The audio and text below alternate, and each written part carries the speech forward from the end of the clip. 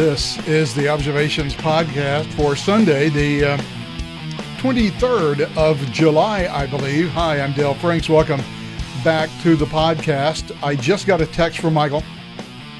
He says that his CPU is not starting for some reason, so he is working on that and is going to be trying to join us as soon as he can. If he can, you may, because, well, you probably won't now because I got it turned off, but you may hear a ding through the microphone if he retexts me to let me know whether he's going to show up or not. In fact, I am going to take and look for the,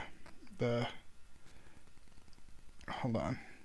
There we go. I'm going to have the text on so that if he texts me, at least I can see it right here on the screen.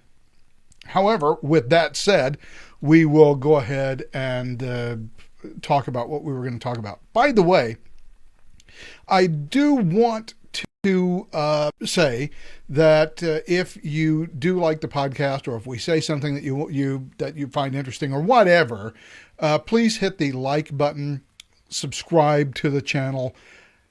Leave a comment, especially the likes and subscribes and leaving comments does all help the channel. It increases the amount of interaction that we have. It helps us out in the Google algorithm so that we can be presented to more people and get more views. So please be aware of that and just go ahead and do so.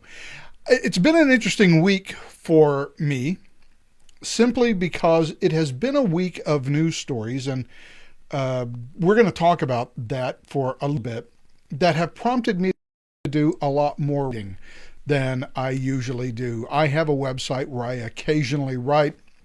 For those of you who may remember back in the good old days of the Q&O blog, where we used to just write constantly and we were constantly putting up content. And then after that, on my own website, I had a fairly popular motorcycling blog that I wrote for several years. And then hackers took that down and I replaced it with a new blog where I just write about, things that interest me. And over the past week or so, I have felt obligated to write, and I don't know why, but I have felt obligated to write about a number of things. Two primary things is, number one, and both of them have to do, at least tangentially, with what I wanted to talk about tonight. Oh, and by the way, it looks like Michael is here. Hi, Michael. Hey, how is everybody? You're a little low on volumes. Probably my fault, so let me fix you up here. So I'm glad you got your computer working. It's always a mystery. So now that you're here, rather than go through this, which I was sort of going to fall back on if you weren't going to be here, but now that you're here, we're not. Well, let me continue my thought. The things that I've written about this week really do impact on what we are going to be talking about in terms of the stories tonight. Number one, expertise. And number two, our culture's increasing aversion to the truth. People don't want to hear the truth that they find uncomfortable. They'd rather hear what they want to believe. Part of that is linked to the decline of expertise. And but now that you're here, let's just get into it. And let's get into the first story, which is this week. Senator Chuck Grassley did get the investigative document from the FBI that outlined some of the allegations that were made by a paid confidential informant who had several conversations with people at Burisma, who basically just told him, not only were we told that we had to give $10 million to the Bidens, I have text messages, and indeed I have recordings. I got about 10 recordings with Hunter Biden and 2 with Joe Biden. Now, the BBC, as everyone else, is quick to tell us there is no evidence that Joe Biden received any payments from Ukraine. Well, that's not true. There may not be proof, but there is definitely a lot of evidence. There is evidence, and there are a lot of allegations, all of which need to be investigated. Here is the thing. They don't appear to be. I mean, No, they've been slow walking this for as long as they possibly can. I mean, technically, there is an investigation that is going on, and that investigation, which is why they can't tell us anything, because we can't comment on an ongoing investigation. Exactly, and this investigation may last for years. Now, as far as and of course, because they don't tell us anything, we can't see if there is any progress to this investigation. We can't see if they're finding the truth or the falsehood of any of these allegations. And there are a lot of allegations coming out about the the Biden family's business connections, the fact that they have all these shell companies. Look, you don't set up a business organization like that unless you're hiding money. You just don't. Right. Yeah, you don't need that many companies to run things through in different countries and tax statuses, and it's clearly a method of,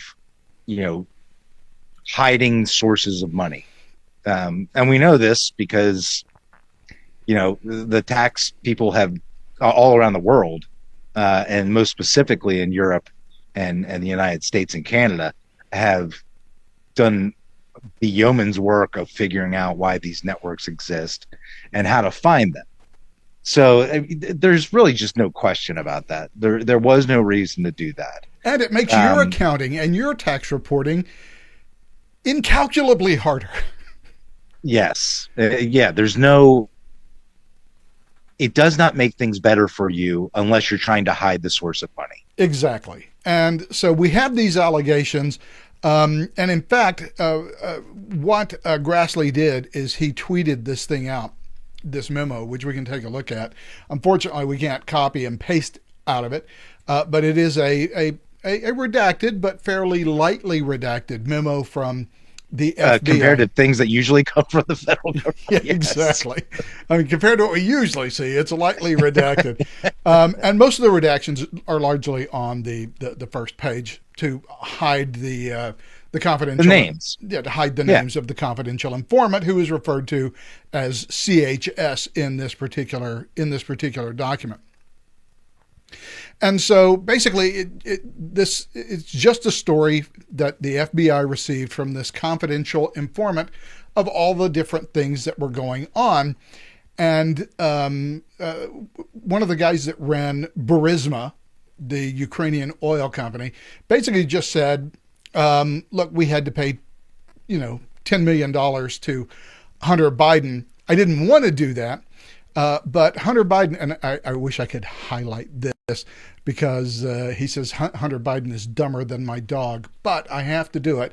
And he says he was pressured by by the Biden family, by both Hunter Biden and by Joe Biden, to take this money. And in return, of course, they would pressure to get the prosecutor, who Biden actually did get fired and who he bragged about getting fired at the WEF a couple of years ago.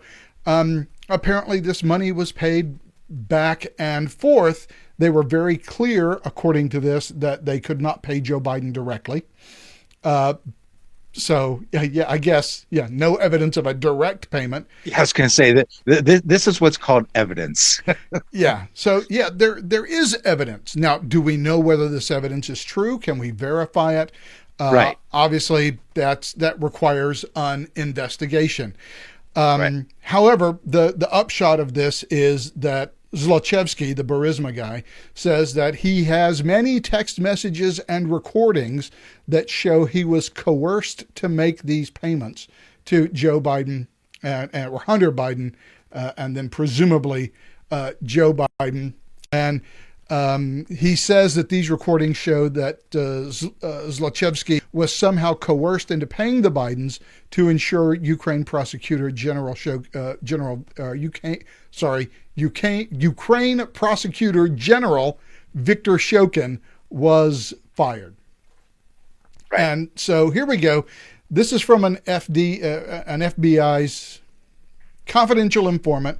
This is an official investigation form. It's the FD 1023 that the FBI uses to write down all these allegations in from Because confidential God forbid they informants. record anything. Because God forbid they record anything. If it doesn't exist on paper, it doesn't exist. But in any event, that's what Joe Biden released this week. Not Joe Biden. I'm sorry, Chuck Chuck Grassley. Grassley released this week. In a country that cared about the truth. And by the way, we see this in these hearings, both in the House, these House Oversight Committee hearings and what have you.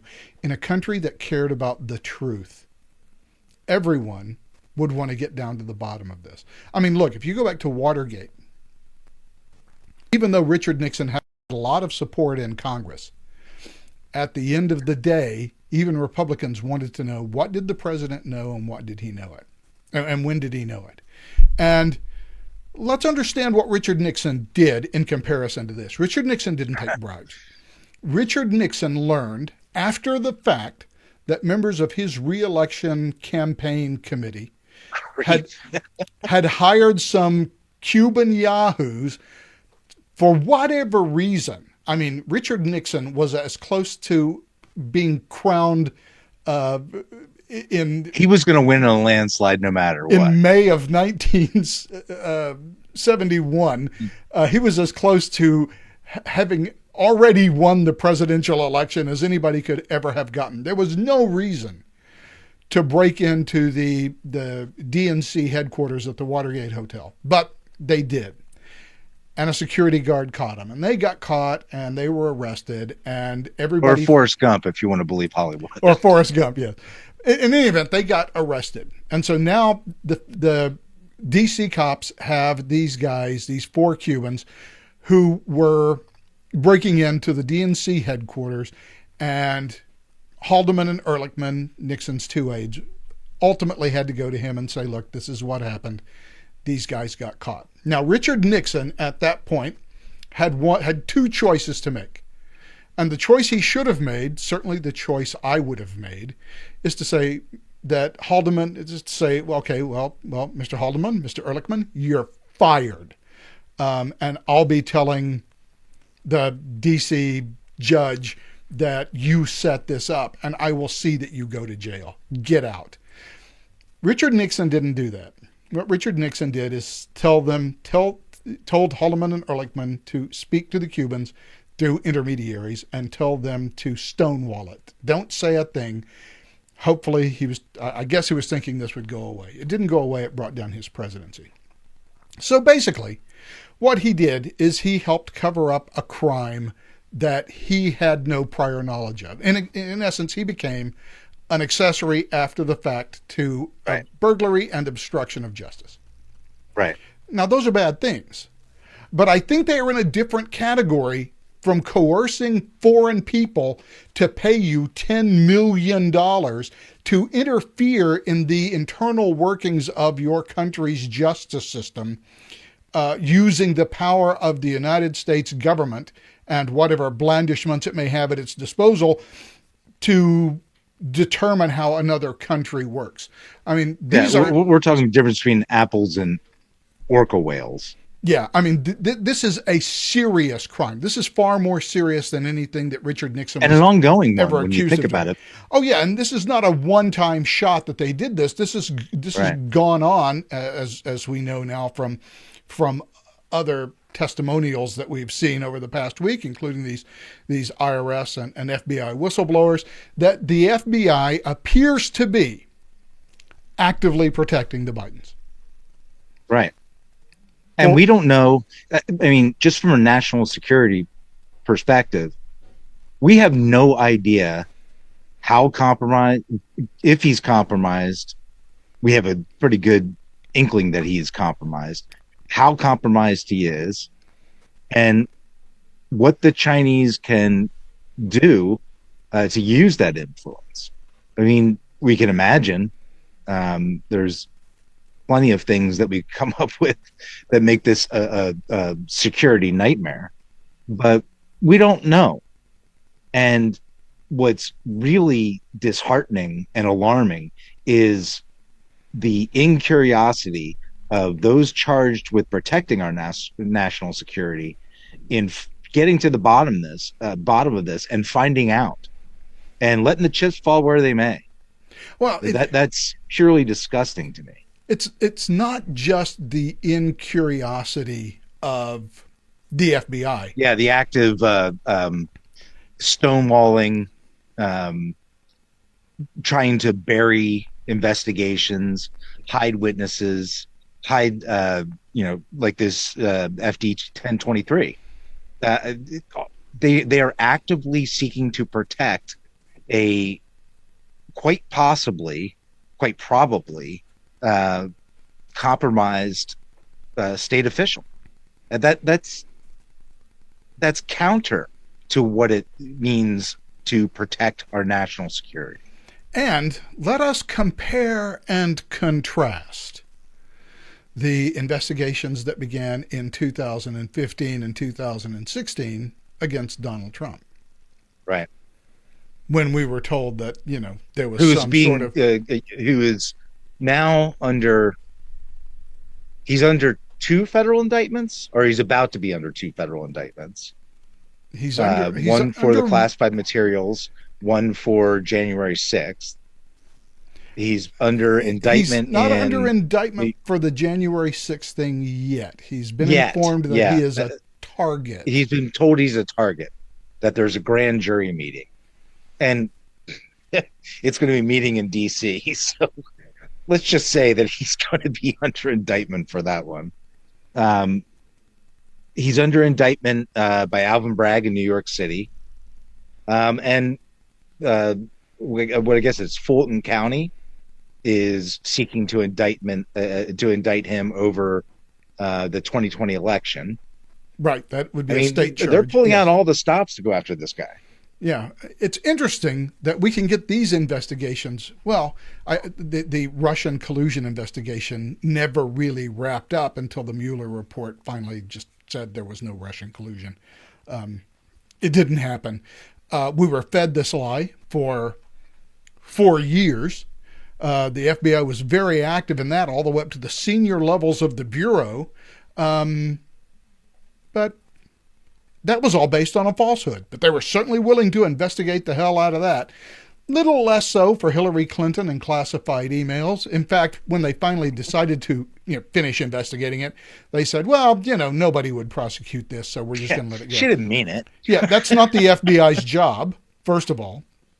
But they were very sure to ensure that James Comey just made it clear that there would be no prosecution. And then, of course, there is Trump. And you remember how that came about, though, was because who was it? Who was the head of? It was either Susan Rice. I think it was Susan Rice who met.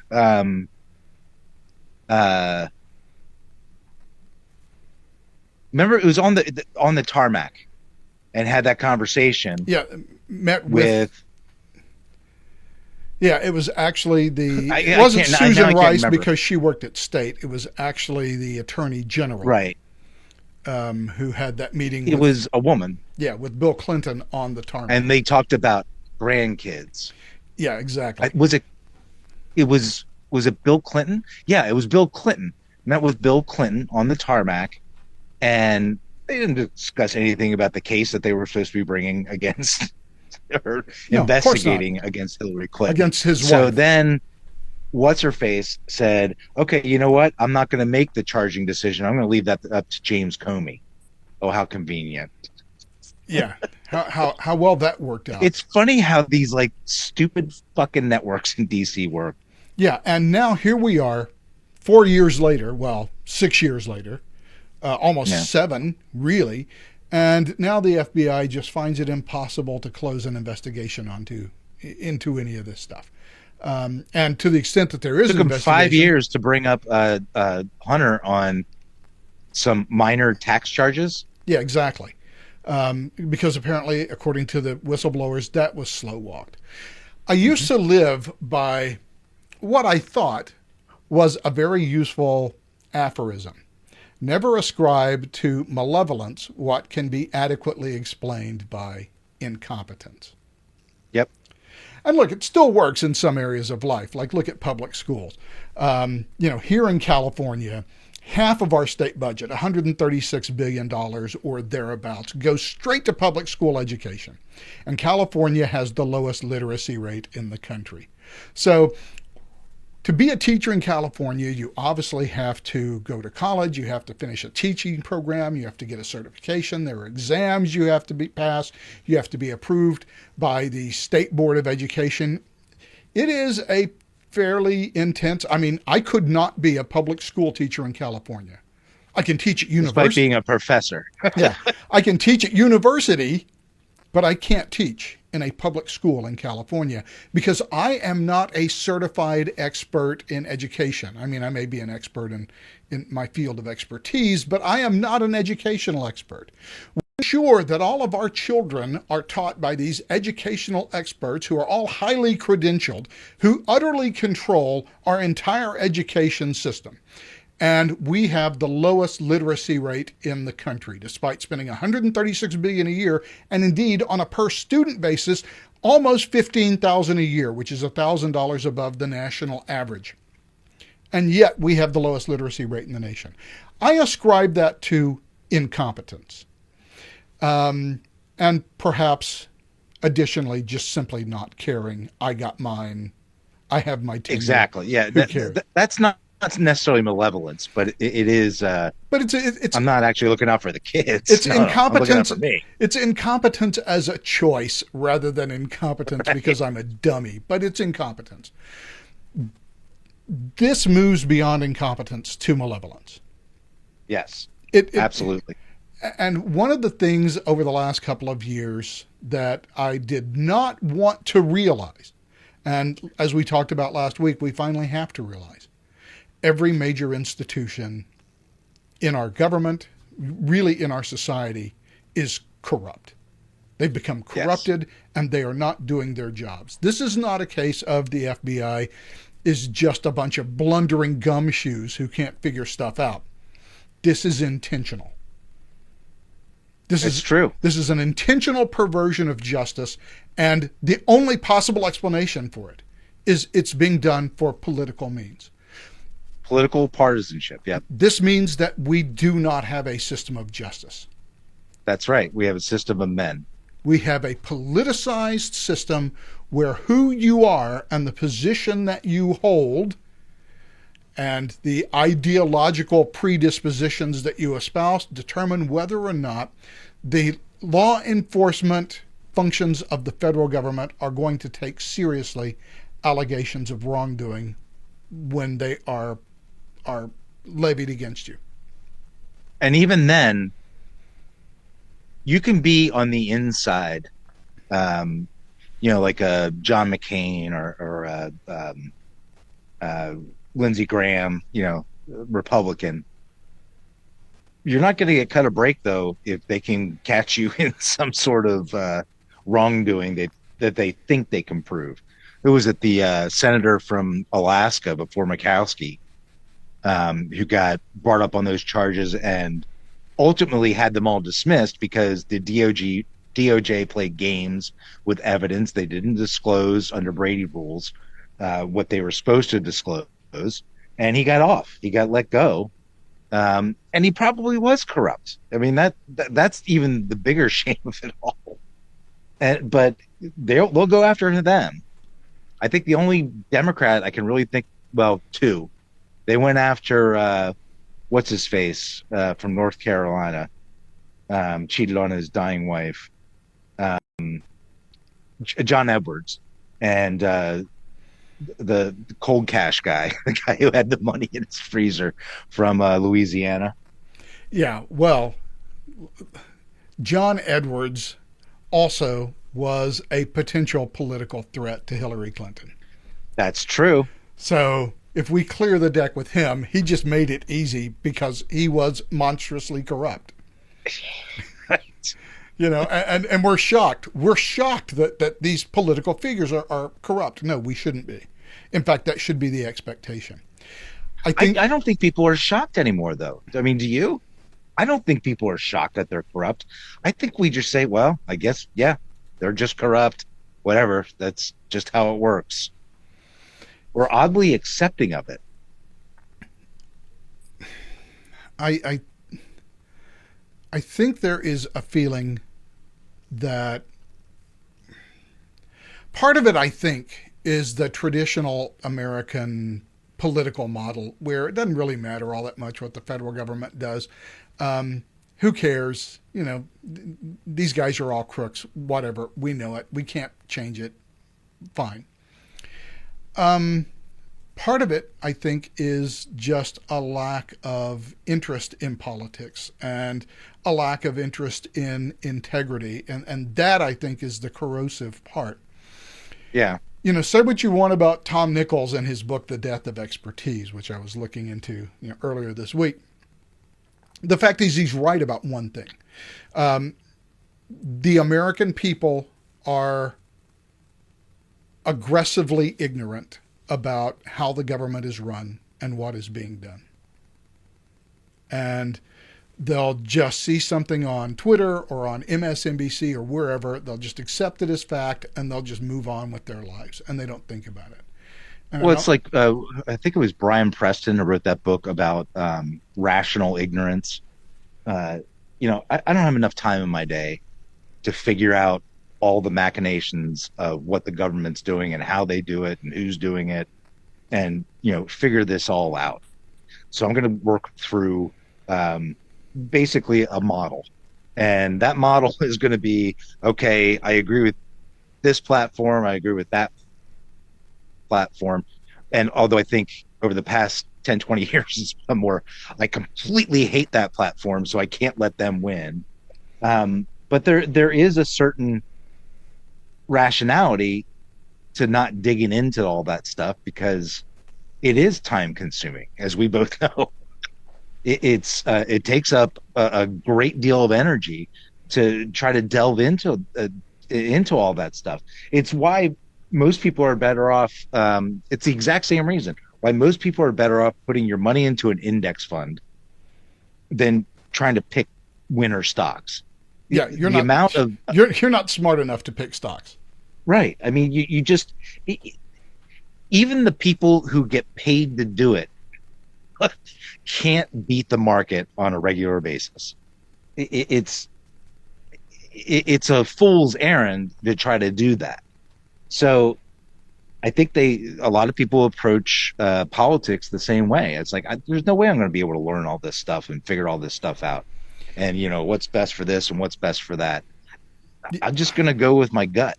It's also complicated by the fact that, I got to spend 40 hours of my week just trying to keep a roof over my head and keep food on my family's table.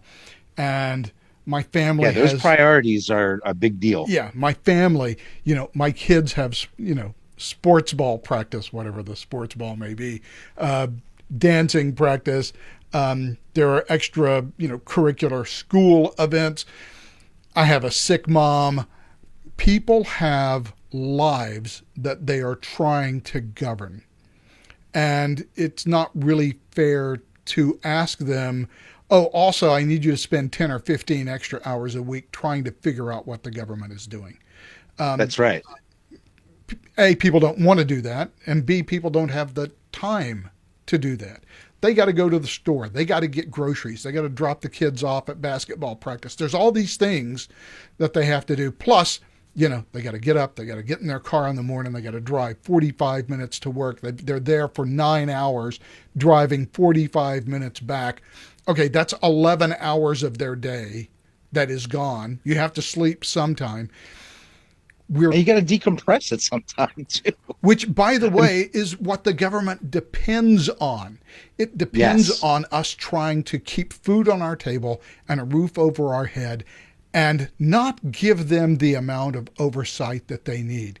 And by the way, we used to be able to do that and live with that quite nicely because we had this entire vast enterprise called journalism whose sole purpose was to look into what the government was doing and to try to figure out whether it was a good thing or a bad thing and tell us so that in the morning over our Wheaties or whatever, when we cracked open the morning paper, we could get some sort of idea as to whether the people who are running the government are crooks.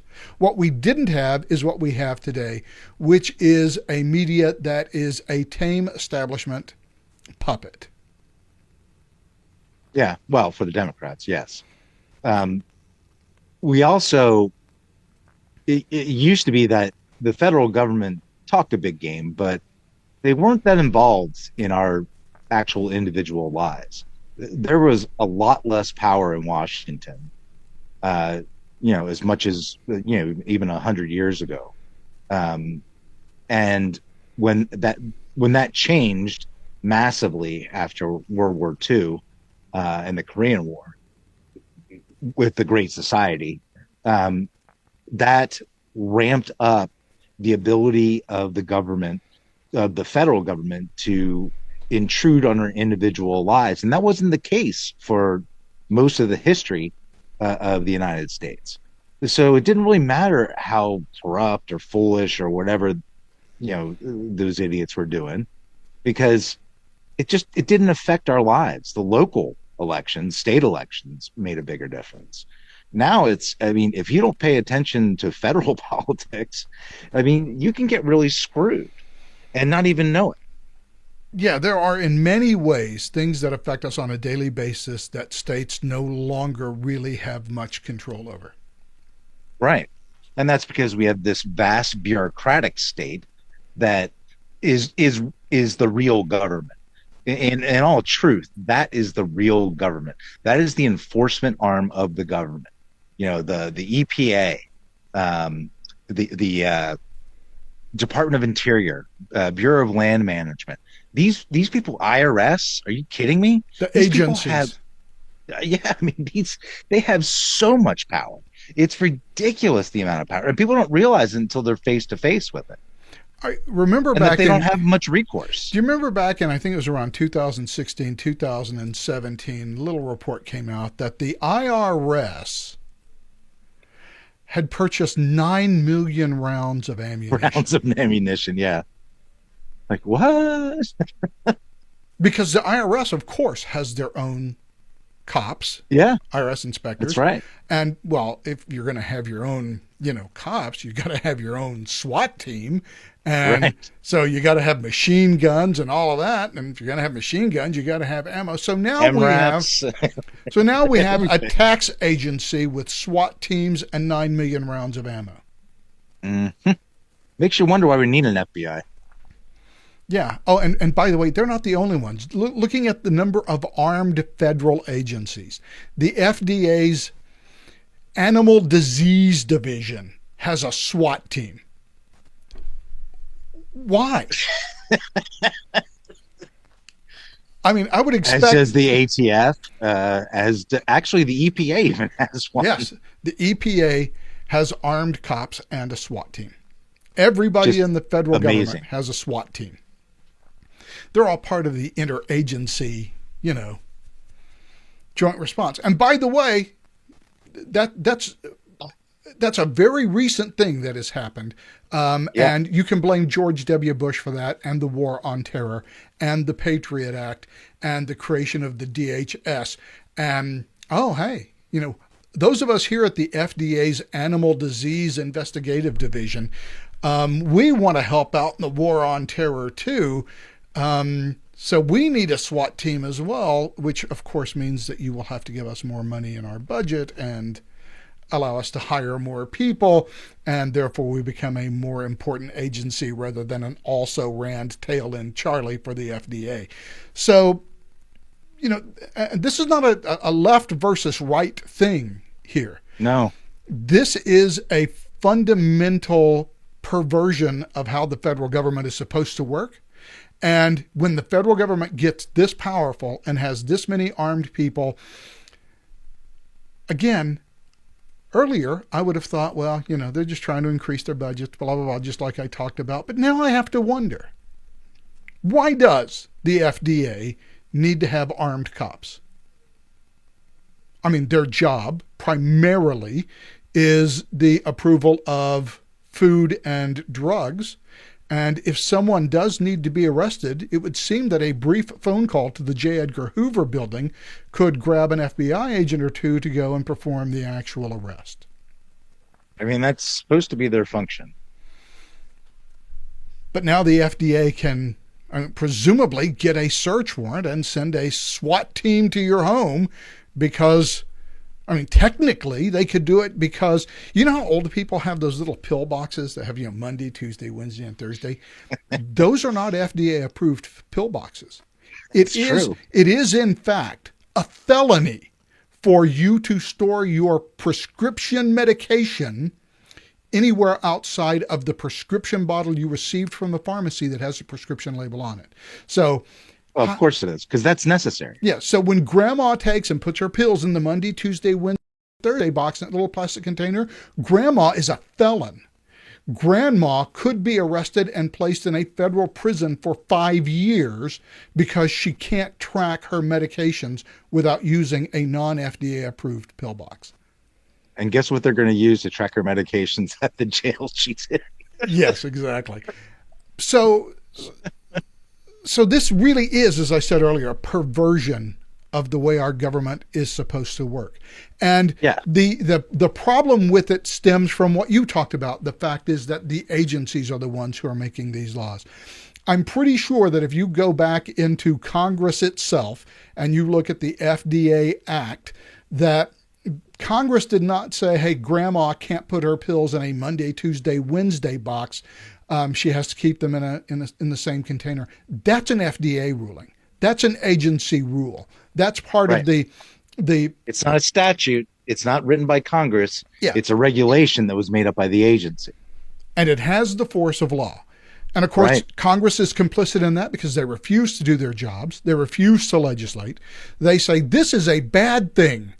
The secretary of whoever shall have the power to stop people from doing this with the appropriate regulation. And then their job is done, and they can trot off into the sunset and constituents, look what I did for you.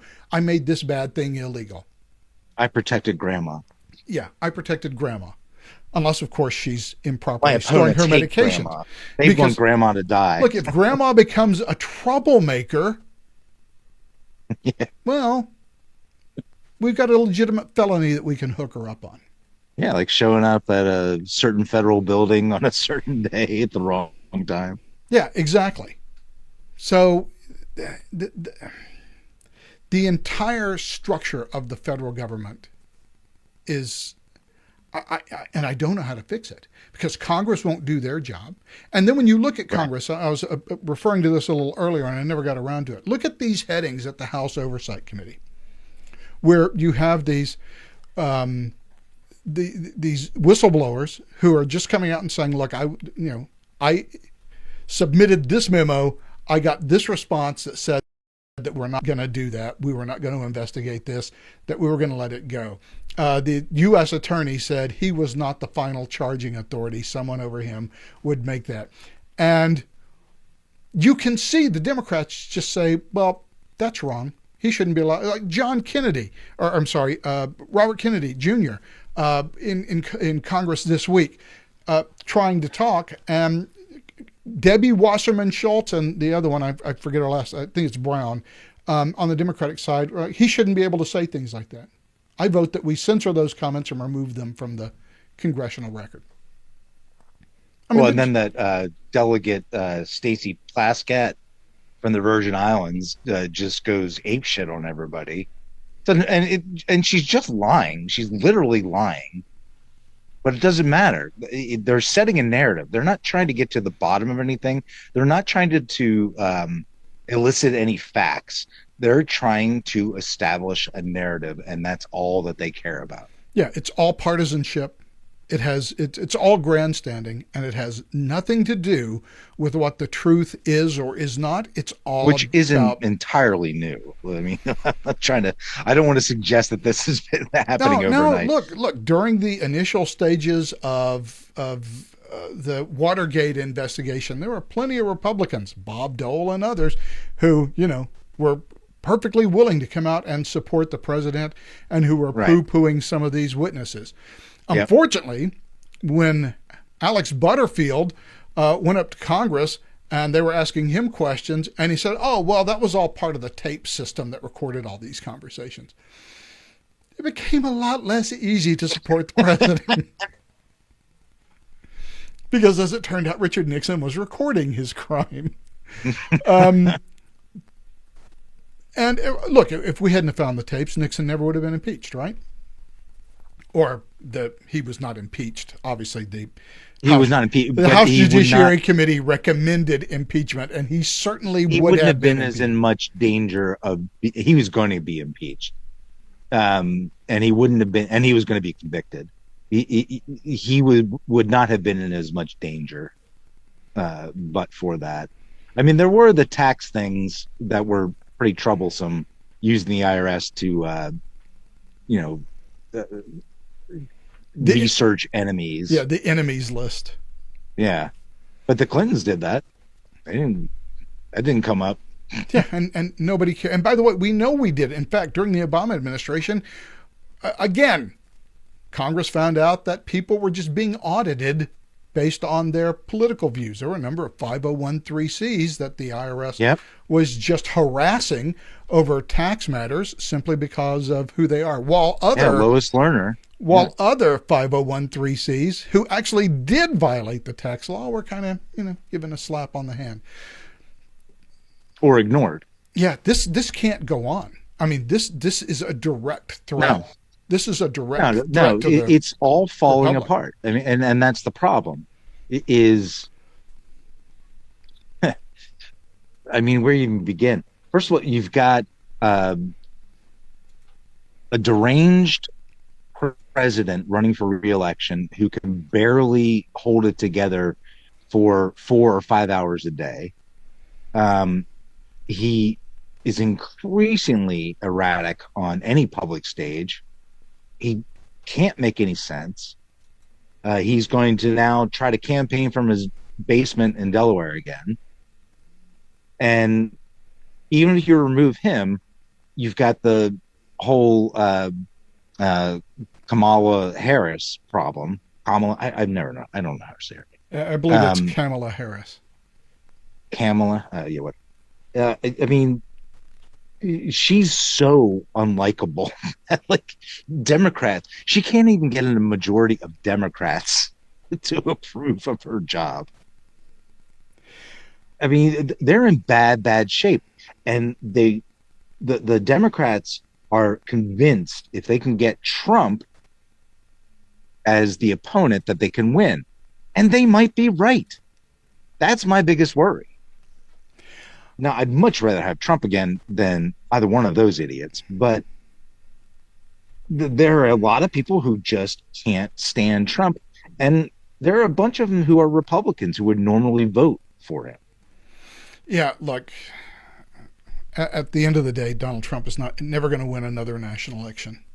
Independents and Democrats. I have strong doubts that it's possible. Independents and Democrats hate him too much. I mean, we can wax poetic about the policies that he had when he was president that he liked, which we did on this very podcast while he was president, while not liking him particularly personally. But the fact is his negatives are so high. The only person who has negatives approaching that are Joe Biden. We are on the verge of presenting the American electorate, and I say the verge. Look, it's 6 months before any primaries. Anything could happen.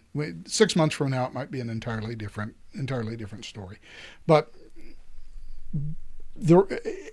based on what we see today, the Democratic and Republican Party are both about to put someone up as a presidential candidate that the majority of the American public does not want to run for re-election. That's not the sign of a healthy political system. It's an impossible choice between two low approval people, and one of whom unacceptable to the electorate. Yeah, both of them are unacceptable to a majority of the electorate. And by the way, yes, with Joe Biden comes the compounding issue of how much of this is he actually running?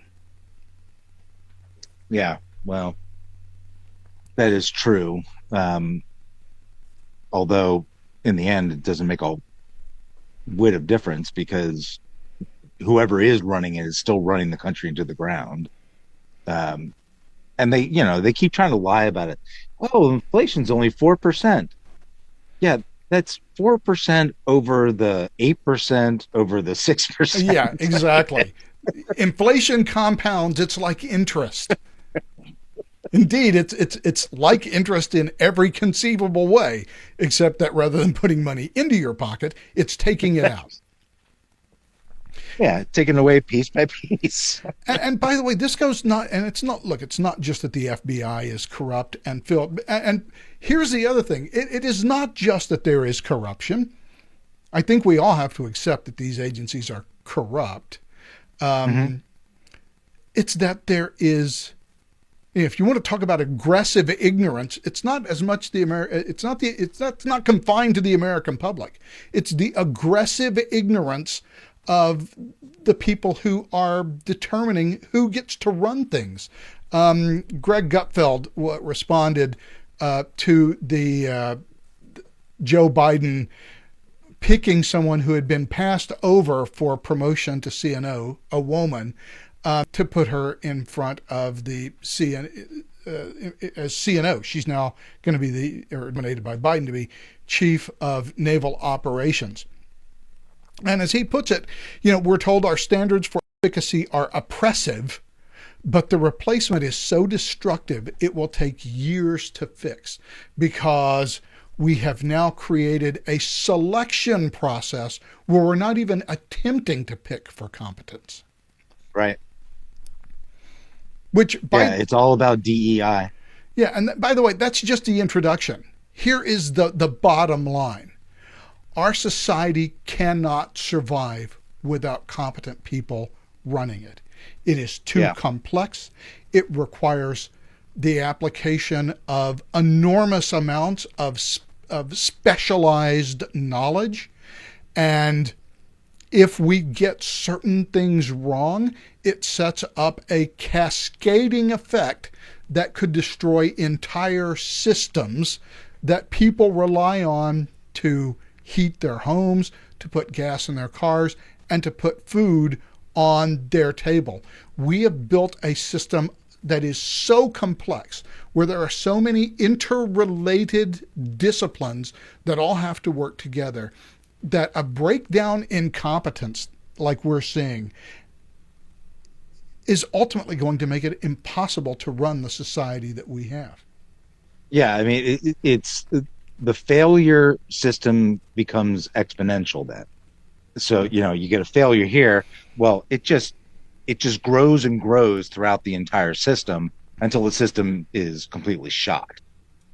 We see this with engineering schools right now, which have become an absolute nightmare for true competency. And this is what we're doing this to ourselves. If you're an engineering firm in America right now, you're not hiring as many Americans as you are hiring foreigners, especially from China, possibly Russia, India, where they teach actual engineering. Here, we're teaching them that no. You've got to really take into account who the indigenous people were on that land, and who might have actually built the steel. I mean, that's more important than figuring out whether or not it's going to fall the fuck down. It's scary. What was it that it's been a little while ago that like footbridge, I think it was, that collapsed down in like Miami. Yeah. I think it was on a university campus. Yeah. And then we found out it was, some woman who kind of went to a woke campus and that's where she got her engineering degree. And that's why she was chosen for that project. I don't know if that woman's stupid or not, but I can pretty much tell you she was probably maleducated. And that's the problem. Well, we have on the one hand this societally imposed verity that your workplace should look like the American public as a whole. So therefore, if half of the public is women, half of your engineers should be women. Yeah, tell that to the NBA. Yeah. Tell that to the Well, NFL. there's a fundamental problem with that idea. Number one, women tend not to become engineers. If you look at the Right. awards of degrees every year, males outnumber females in engineering career fields by 7-1.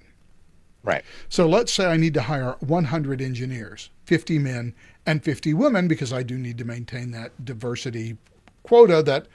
And everybody else is self-imposed. also trying to do the same thing. Yeah. The pool of available women is so much smaller than the It's a pool seventh. than the pool of available men that your chances of getting a group of female engineers who are in aggregate as competent as your 50 male engineers is mathematically impossible. Right. It simply can't be done because we will assume that both men and women and their competence in the field of engineering lie along a bell curve. And so you have, very incompetent, you have the average, and then you have the very competent to the extremely competent. And those numbers are smaller. And if you're looking for the very competent engineers, it's much easier to find them in a pool that is 7 times larger than it is in the pool of females who are 7 times smaller. The sheer number of female engineers who fit over there on the right side of the bell curve are just going to be tiny. And it's not just you, as you pointed out, that's looking for them. It is every single engineering firm who wants to hire as many women as they can. You are now making a rush towards, whether you like it or not, whether you want to or not, you are making a bid for the left end of the bell curve. Yeah. I mean, you have to. There's no other way to fulfill that sort of quota. Yeah, you're going to have to dip into the shallow end of the pool. Yeah, it is not misogyny. It is not discrimination. It is not the patriarchy. It's literally mathematics. Right.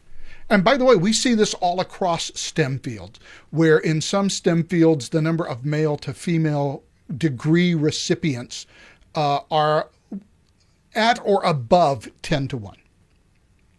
Yep. The interesting thing is that when it comes to medicine, to doctors, it's kind of skewed the other way. Yeah, which because women makes some sense, because it's where men are interested in things, women tend to be interested in people. And so it's a people-oriented field, and women are killing it. I mean, I think they graduate more. There are more women graduates with a doctorate of medicine, an MD, than there are men. And that's not super surprising.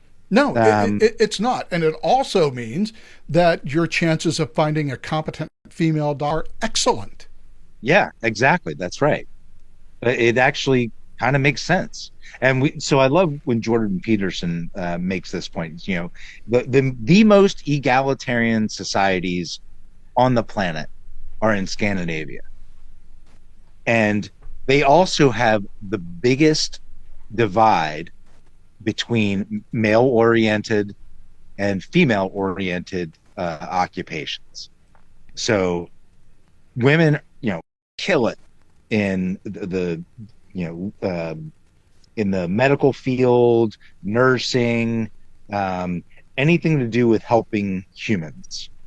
Men tend to kill it in the engineering, in building, in anything that has to do with things. Anything that's related And to playing with toys, men are happy with. Right. And it makes sense, because if you're in a completely egalitarian society, and Scandinavia is about as egalitarian, is the most egalitarian on Earth. I mean, maybe it could be a little more, I don't know, but they have a great opportunity to self-select and self-sort, and they do so at like increasing rates, which is fine from my perspective. But some people just find that abhorrent, and I really just don't understand why. It's not like you know, females are you know, getting upset about, you know, there really aren't enough female garbage collectors. You know, there's not enough female ditch diggers. There's not enough female firefighters or smoke jumpers. You know, they don't want to do that stuff, and that's fine. That's absolutely fine. This week on Twitter, and by the way, if you hear the clip clop of little claws on my vinyl floor, it's because I have a dog that keeps coming in and begging for attention. He comes standing by me and leaning on me. This week on Twitter, someone, and I forget who it was because I kind of passed by it because it was one of the eye rolls that I always get from seeing something from a member of the, you know, sect of the perpetually aggrieved. But it was about the movie Oppenheimer, which starred this year. There were a couple of them. Number one was, you know, I went and saw the Oppenheimer movie. It was 20 minutes before a woman even spoke, and that was followed by a sex scene. I saw. Okay. I have bad news for you. Don't go see Master and Commander. And the other one was, you know, this is about the atomic bomb and dropping the atomic bomb on the Japanese, and it doesn't have a single Japanese person in the film. The film is a biography of J. Robert Oppenheimer, who, as far as we know, never met He didn't drop it on anybody. Never met a Japanese person in his life. So there would be no reason to put a Japanese person in the film. So, you know, it's this kind of... It's a very strange mentality. Yeah, it's this kind of... We have it's to have... It's a nitpicky mentality. Yeah, we have to have diversity. We have every aspect of our life. Even art now, and I think we have to consider films art, even art must comport with whatever my diversity ideology requires.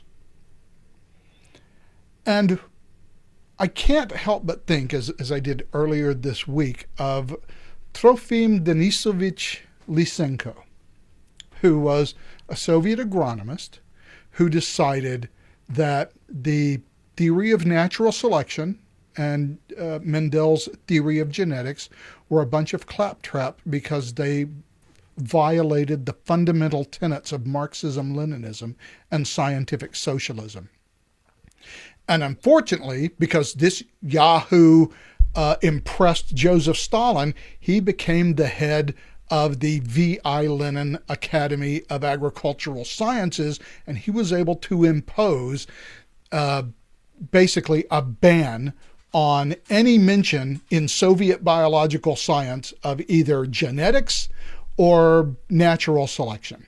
And those who refused to denounce those two theories ended up getting carted off to labor camps or, in several cases, just shot in the back of the head by the NKVD. And as a result, of course, Soviet biological science was just held back for 50 years. I mean, it compounded. Yeah, that's right. And by the way, he stayed in that position until 1965. So it wasn't until and in fact, it wasn't until 1962 that you were even allowed to criticize Lysenkoism, even on a scientific basis. And then, of course, once that was allowed, and pretty much 100% of Soviet biologists said he was a bullshit artist, by 65 he was gone. But now the damage has been done. It's too late, because this guy has been running Soviet biology since 1936. And so, okay, well, there you go. That's 30 years, an entire generation and a half of progress that is lost. Now, perhaps we are not entirely sad that the Soviet Union hampered itself in biological research in that way. I can think of a number of reasons why we might be quite happy, but the fact is we're doing that to ourselves. That's true. It's absolutely true. We yeah, we're setting ourselves back um, for really political reasons, and not just political. It's not just partisanship. It's truly the same reason that Lysenko was able to do what he did. It's for state control reasons. I mean, that's the number one thing. I tell you what, whole COVID nonsense was a great dry run to see what the federal government could get away with and the state governments in controlling population. And it was wildly successful in favor of the governments. Far too many people were completely willing to just acquiesce and were scared into believing that they were going to die any minute of COVID. Yeah, I mean, it's almost like textbook. Can we make you wear a mask? Okay, Right. we can. Can we make you stay at home for 2 weeks? Yeah. Can we make you stay at home for a month? Can we make you stay at home for 6 months? 4 months. Can we make you not go to parks? Can we make you not go to the beach? Can we make you not go to the mountains alone? Yeah, we actually can. And will you put up with it? And indeed, not will you just put up with it. Will you look around at your fellow citizens to see if they're not wearing their mask or Be if part they're of the outside? Stasi. Yeah, exactly. Will you freaking call the cops on them? Yeah, Right. we will. And by the way, much more pernicious even than that. The people who you might expect to speak out against the government, the people who you might expect to say, okay, hold on, whoa, wait a second. Science and media both knuckled under too. Look, in March of 2020, when Peter Daszak engineered that letter in Nature that basically said COVID had a natural origin and anyone who talks about a lab leak is just some sort Crazy of pants. wild-eyed, crazy pants conspiracy theorist. And it took a year, it took until May of 2020 for Ralph Barrick, probably the number 2 guy in the world on viral research, and the guy that runs one of the 2 global laboratories where gain of function research might be carried out. It took a year for them to write their article, their open letter in Science, that basically said, look, we don't want to upset the Chinese. There's a lot of even the language in which they couch it. There's a bunch of Asian racism out there. Certainly don't want to contribute to that because that'd be a bad thing. And we're not racists. No. We love the Chinese and all Asians. However, it's not really settled that this is not a lab leak because some of the evidence says that it might be. So, but hey, we should look at it. That's all we're saying. We should look at it. It took a year, and that was the most forthright statement that they could give. Peter Daszak managed to, and by the way, speaking of the media, they were perfectly willing to join in on that. Every time you saw a fact check on factcheck.org or on any of the other fact check sites, and people were talking about the lab leak. Oh, this guest on Tucker Carlson repeated the discredited conspiracy theory of the lab leak. Oh, this person made the lab leak, which is based on a baseless claim. Everybody joined in on that, not just in science, but in media as well and in social media. So if this was an experiment to see how far they could push the American people to give up their liberties and just to shut up and do what they were told, given an appropriate amount of fear that could be placed in their mind, then it was a pretty damn successful experiment because every institution in society failed the liberty test, at least, of saying, no. Absolutely. You're going too far. What's scary is how many individual Americans, we're kind of famous for, kind of wanting to be left alone. And there were far too many of us who were fine with it. Look, and fine with ratting out their neighbors and friends, their family. That may be true for Americans over 40. I am highly Yeah, skeptical that it's true yeah, for that's a good Americans distinction. under 40. The the I guess the precedent has now been set, and they're getting ready to push it out. You can see it coming, and I predicted this a Climate. couple years ago. That yeah, climate change is now that's what they're going to do. They're going to use climate change to create mass hysteria, and well, we need to do this. We're going to declare an emergency because climate change is now upon us, and everything's getting out of whack. And you need to listen to us. And you're not going to be able to use your ovens. You're not going to be able to drive your cars. You're going to have to put up with brownouts. You're going to have to put up with less food. You're going to eat bugs. You're going to own nothing, and you're going to like it. Yeah, and by the way, that's already subtly happening. This week there were new regulations proposed for washing machines and dryers. Mm-hmm. We already have dishwashers that don't That suck. actually wash your dishes, Yes. and and by the way, they're proposing it for water heaters as well.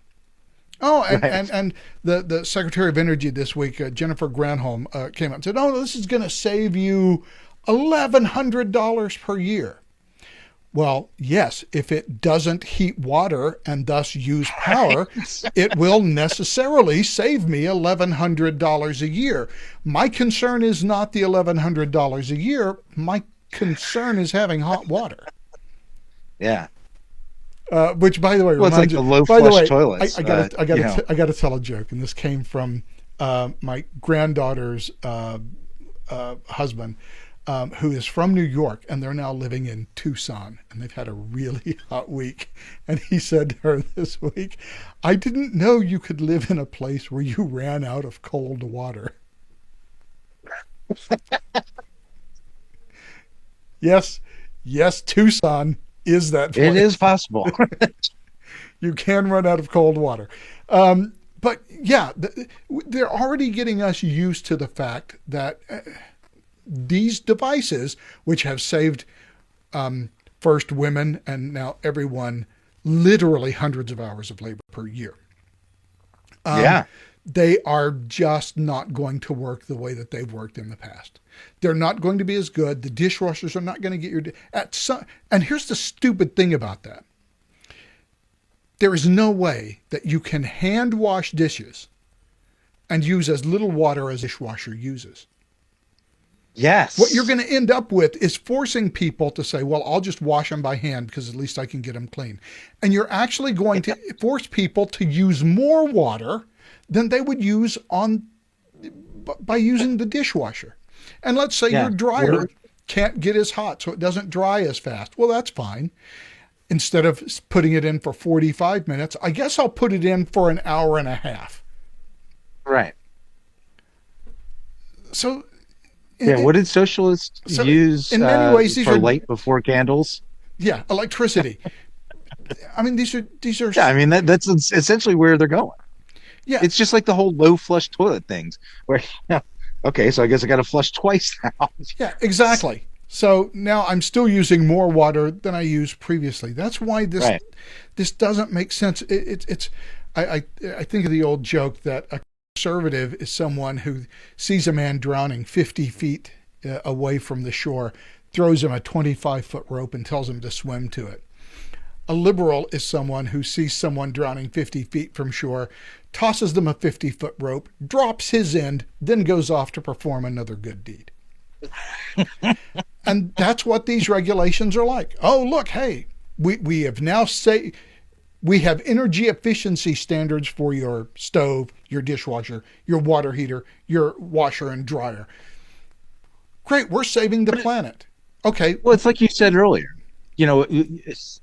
We used to ascribe these things to incompetence, but it's increasingly becoming obvious that there is malintent here. They want us to be miserable. They want us to be dependent. They want us to to beg the government for help and be beholden to the government. Oh, yeah. Thanks for reminding me of this chat. In chat, inebriated Plutarch says, it reminded me of something that happened this week. And I thank him for that. The op-ed in the LA Times. There was an op-ed in the LA Times about blackout and brownouts. And the question on the headline was, wouldn't occasional blackout and brownouts just be good for the environment? Should we ask the question? Yeah. I mean, we're just asking the question here, but why do all of you people need electricity all the time? Like all the time?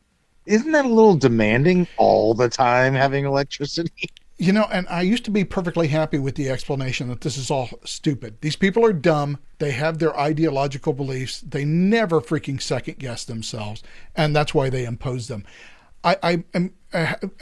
Over the past 3 years, I have come to the conclusion, literally no one can be that stupid. Right. This can't be incompetence because no one is that incompetent. This is by design, and they don't care how it affects the average person. Because by and large, the people who make these policies, the people who support them, the people who write editorials in the Los Angeles Times are not going to face the consequences of these policies being imposed. No, they live in gated communities. They, have everything catered to them. They make money off of insider trading deals. They don't have the same concerns as everybody else, but they need everybody else to be suffering so that those sufferers can now look to their saviors and keep those saviors, rolling in the green. Yeah, this is why those saviors are actually actively screwing them over. Yeah, because this is all about control. It has ceased to be. I first of all, I was always skeptical about the anthropogenic global warming policy suggestions because, oddly enough, they were always communism. Now I actively oppose them.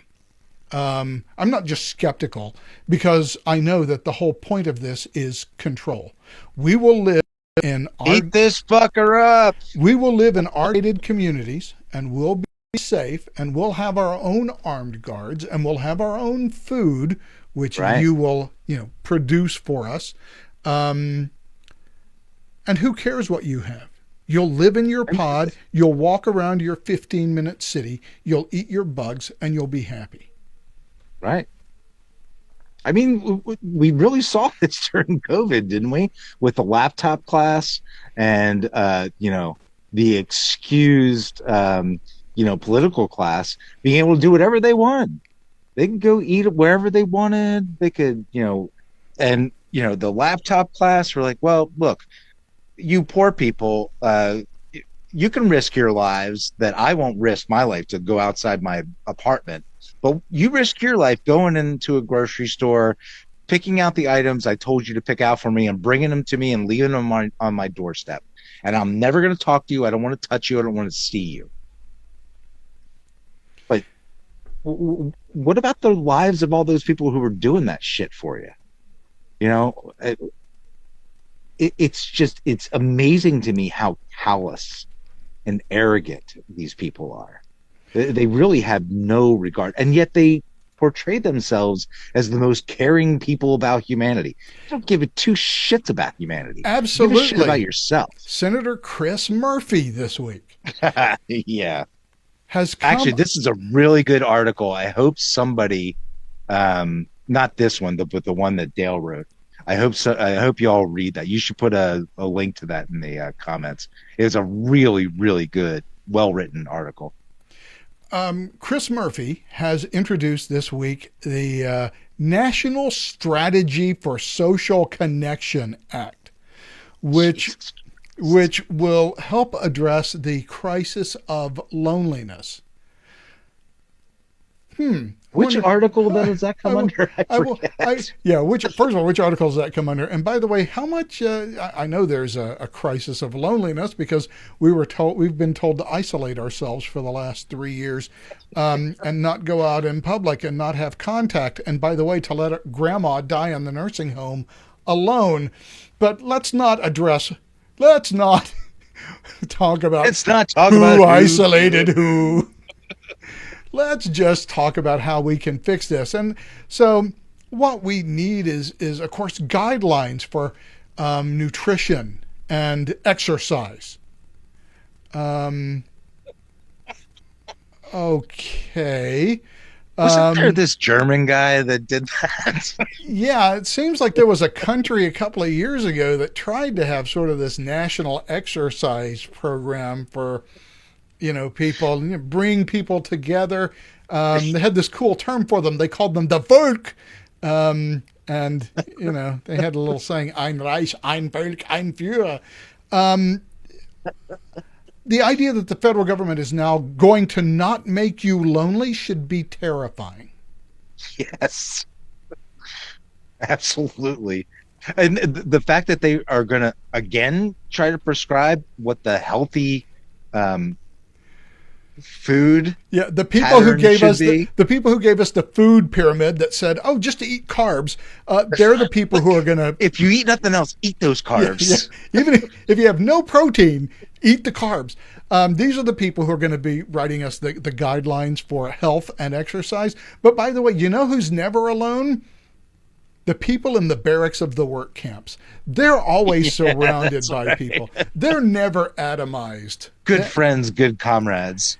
Yeah, that's the government solution to loneliness. Well, maybe if you just lived with other people. And by the way, it sounds stupid to even say it, but the government has proposed so many things over the past few years that would have sounded stupid if you had proposed them in 2010. The idea that, maybe single family houses do need to go. Maybe we do need to have all multi-family housing. It solve the housing crisis. Maybe there are more than two genders. If you have a 3-bedroom house and only 2 people live there, seems to me you have a spare bedroom. You should have someone got extra else space that you're not giving up to somebody else. Yeah, somebody else could live there. Hey, maybe we could you could rent that room to. Or give that room to one of the homeless drug addicts out on the street. Maybe that would help solve their I can see this happening as the night follows the day, and the fact that they're already doing it in Massachusetts. They've actually been trying to sign people up to a program where you rent out extra space in your house to illegal immigrants. Because that's not sketchy. Yeah, I mean, who's to say? Why would you think that they couldn't be trusted? So the amazing thing is that stuff that I would have thought was just outlandish and would never have happened in the United States has happened over the past 3 years, and it's not as if the people who are imposing this on us are hiding it. They're boldly putting it out there. They're telling us openly, this is what we're going to do to you. Yeah. It's like it's not even, they're not even trying to hide it. They still come up with euphemisms, but they're pretty direct in what the actual implementation of these ideas is going to involve. Yeah. And it's going to involve you sacrificing for the good of the state. Yeah, the entire 15-minute cities idea is not an idea that's designed. They're so scary. It's not designed to make your life comfortable so that everything you could possibly want is within 15 minutes of walking distance of your house. Not that I want to walk to the grocery store and schlep a whole bunch of grocery bags back to my house.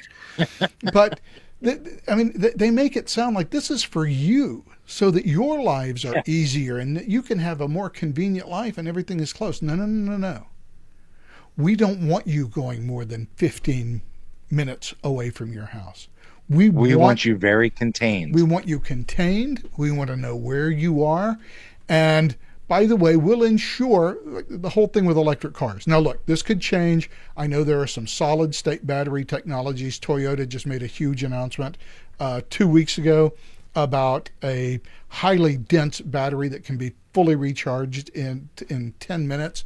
And if so, that sounds great. But Sure. the reality is, I can keep you confined if I force you to buy a car that allows you to travel 200 miles and then stop for an 8-hour recharge. Yep. So if you And always be monitored. and oh yeah, of course, always be monitored, always connected to the internet. Sure. So I know where you are, and this is for your benefit.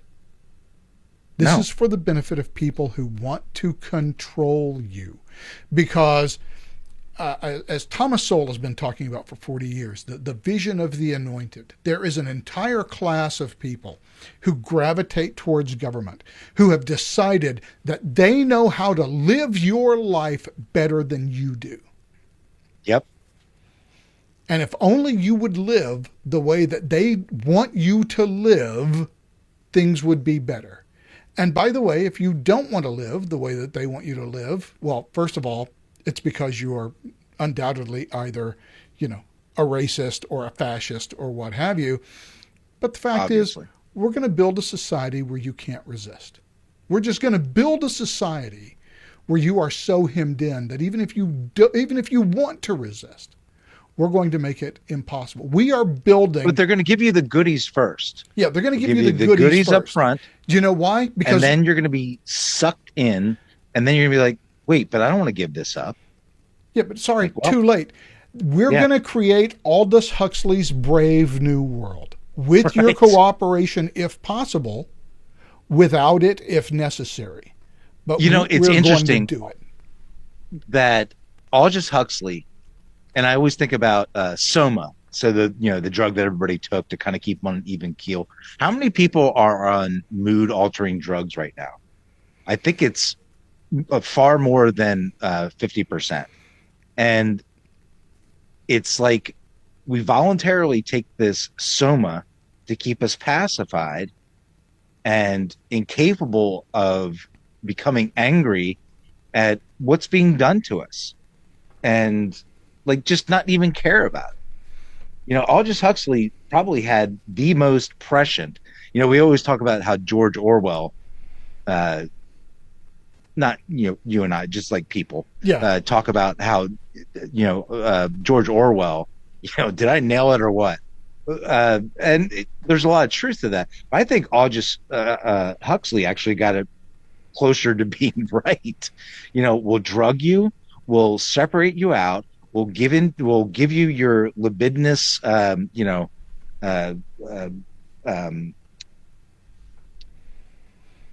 inclinations, and make that just absolutely fine. We'll produce your babies in a factory. We'll separate all those difficult things from life. If you just do this, that's all you have to do, and you live a life of luxury. Yeah, which is, it's certainly seductive sounding at the outset. Look, we'll give you drugs that make you happy, so you'll always be happy. You can have sex with anybody you want all the time. Indeed, we encourage it. Right. And by the way, we will break apart bonds of family, so you don't have to worry about the family. You have no obligations. You don't have any obligations. You don't have to take care of anything. All you have to do is get high and get laid and do what we tell you, and everything will be fine. And, I think George Orwell was writing about, George Orwell wasn't writing about the future. George Orwell was writing about the Soviet Union. He was writing about the Soviet Union. Ultimately. Yeah. And he really wrote it, even though 1984 is technically a science fiction novel, he was really writing it about what the reality of life was in the Soviet Union at that time. Aldous Huxley, who, by the way, was writing half a century earlier, Aldous Huxley had it right. We will mollify you first, and we will remove any obligations that you find onerous. And we'll take care of you as long as you obey.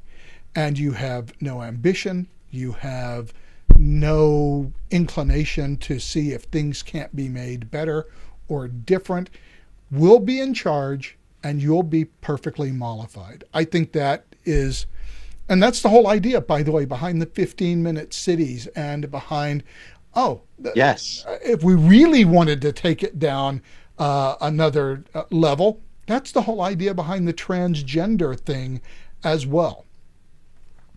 To basically use sex to try to mollify you rather than dealing with your mental issues.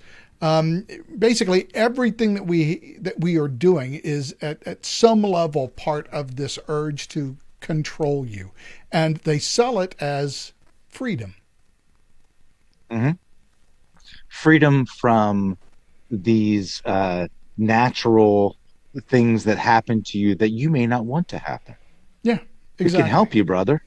We can help you, sister. Exactly. You don't need to worry about reality. We will try to change your reality for you. Right. And if that means trying, and we will shame anybody who doesn't. And anybody, agree with it. Exactly. And anybody who doesn't go along with that, we will basically cancel ride roughshod. We'll ride roughshod over them. Now, the fact that this treatment may not be what you need, and the fact that, it might be harmful. It might be harmful. The fact that there is a 15% chance that you will never, for the rest of your life, experience sexual pleasure. Oh, and by the way, you will never reproduce. So right. Your line ends with you. But hey, this is us caring about you. Right. Which, look, if you're an adult, I'm not sure I give much of a shit what you do with yourself. But I don't care. There's a reason. If it's your choice. What I don't like is when they go into the kids. There's a reason they're going after kids for this as well. Yeah.